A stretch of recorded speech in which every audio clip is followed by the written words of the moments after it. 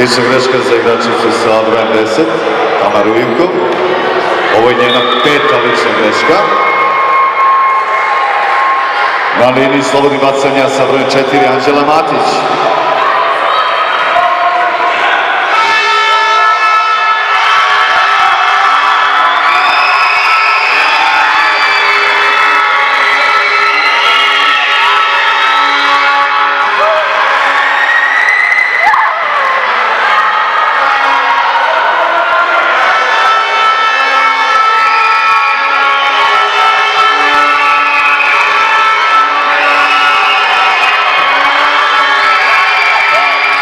Sedamdeset osam, 76.